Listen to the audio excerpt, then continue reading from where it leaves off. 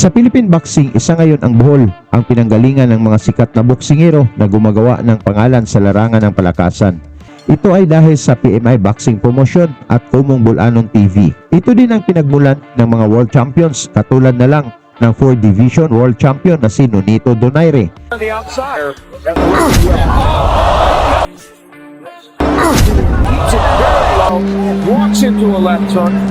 WBC Featherweight Champion na si Mark Magnifico Magsayo.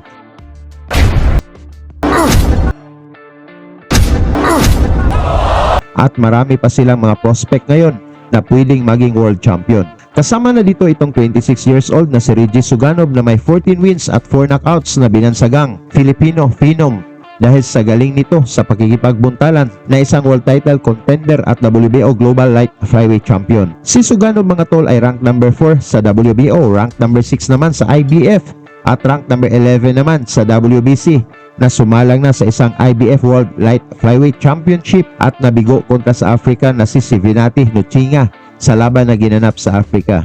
Ngayon lang April 30, 2024, isang matapang na Hapon ang dumayo dito sa Pilipinas upang bawiin ang WBO title ng Pinoy. Ito ay si Kai Ishizawa, mga tol, na may 11 wins, 3 losses at 10 knockouts sa kanyang kartada. Isang malaking pagsubok ito kay Suganov mga tol dahil itong si Ishigawa ay hinahangaan na champion sa Japan at subok na ito sa isang WBO World Championship fight. Ngunit nabigo lang kontra sa kapwa Hapon na si Masataka Taniguchi sa pamamagitan ng technical knockout sa round 11. Paglabanan ni Suganov at Ishigawa ang WBO Global Light Flyweight title ng Pinoy na nakuha naman ito sa laban kontra kay Ronald Chacon na may 33 wins at 22 knockouts ng Venezuela. Bago ang laban ng Suganov versus Ishigawa mga tol, atin mo nang balikan kung paano nakuha ng Pinoy na si Suganov ang WBO belt sa kanilang laban ni Chacon. Dala ni Suganov mga tol ang 13 wins, 1 loss na may 4 knockouts habang si Chacon naman ay may 33 wins, 3 losses at may 22 knockouts. Nakataya dito ang bakanting WBO Global Light Flyweight title na ginanap sa Bohol Wisdom School Gym sa Tagbilaran City. Sa pagbukas ng laban mga tol, nagpakawala na kaagad ng mga malalakas na suntok ang dalawang fighters, kung saan ang Pinoy na si Suganov ang naka-white blue trunks habang black-green trunks naman ang suot ni Chacon.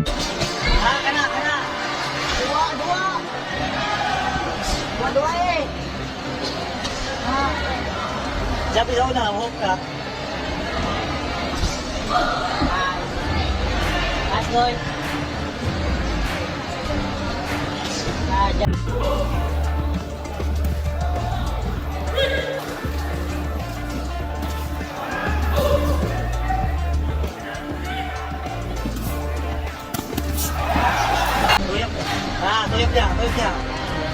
Hindi na lang. Masarap sa kayo muna. Kupray mo tayo mula.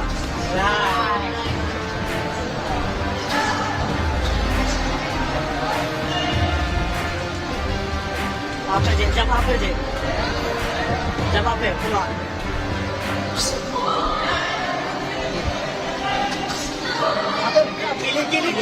Kilik.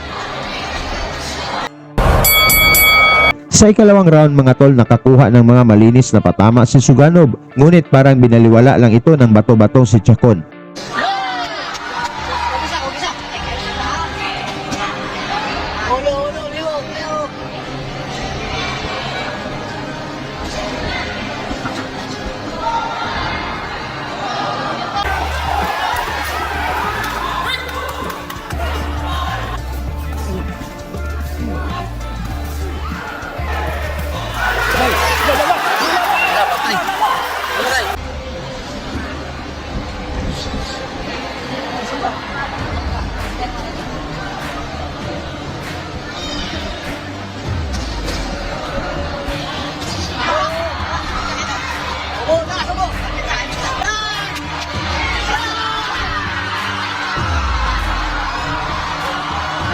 Mula sa solidong kanan ni Suganov na tumama mga tol, bagsak agad si Chacon ngunit nagpakita din ito ng tibay.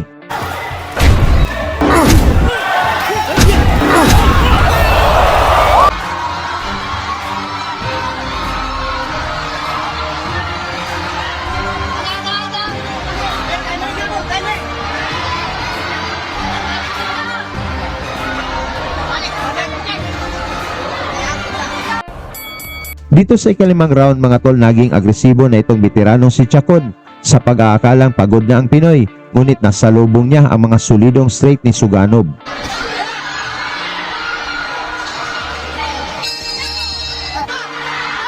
Mula sa pinakawalan ni Suganov sa bodega ni Chacon, umawat ang referee at sinabing iwasan ang low blow, ngunit lumuhod at umarte itong si Chacon, pero hindi ito umubra sa referee.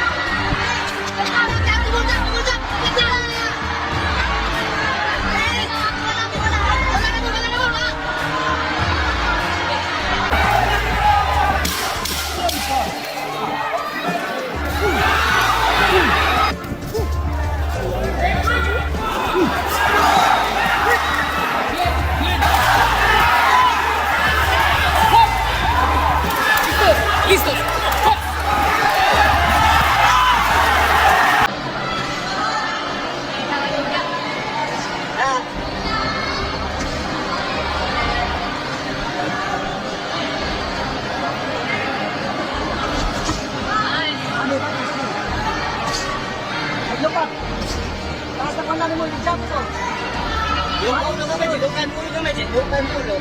Ada sama dengan kita yang tumbang, luka.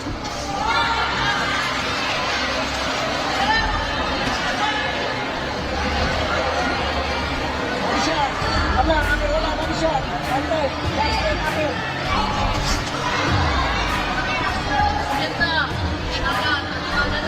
Pika.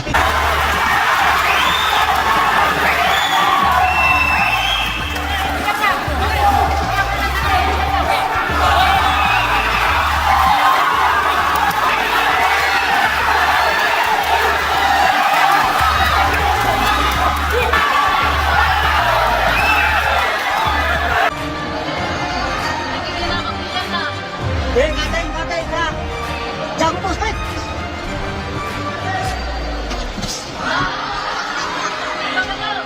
Ha, gawin na. Ha, katay na. Nanaymin na, Jay. Nanaymin na, bantay, ha. Ayaw tagayin ngayon. Sir, wala. Katay, wala. Bago wala. Bogo, wala. Ayan.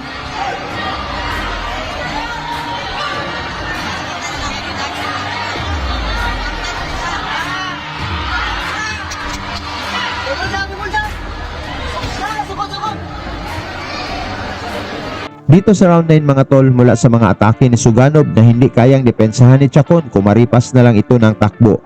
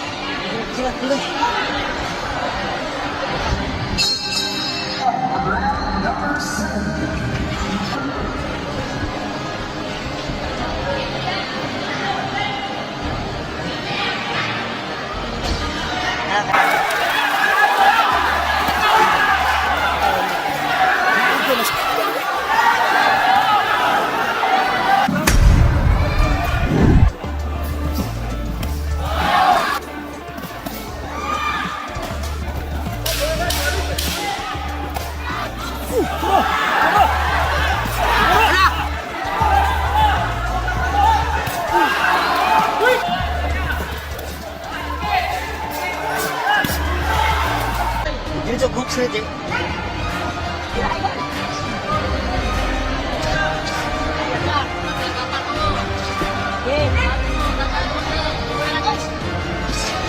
Katay, ha.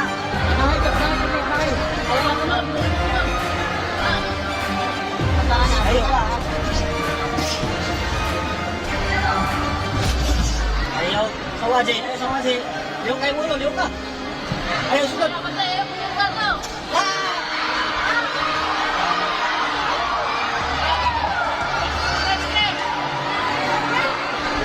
Damsi daw pa de.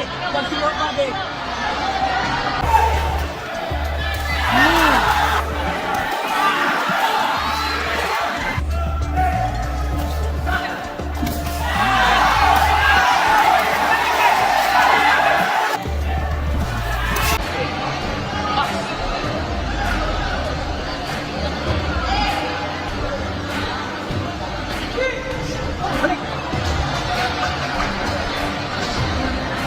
Siapa apa dia? Siapa apa?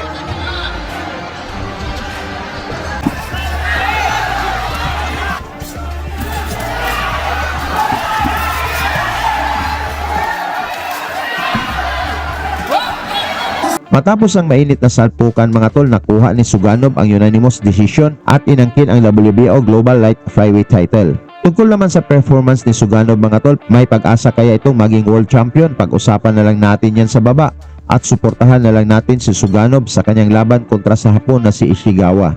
Lagi niyong sundan, huwag magpapahuli. Pag-usapan ni bakbakan, balita niya at laban. Mga Pinoy na di nagpapagapi. Salamat sa mga suporta na lagi nandyan.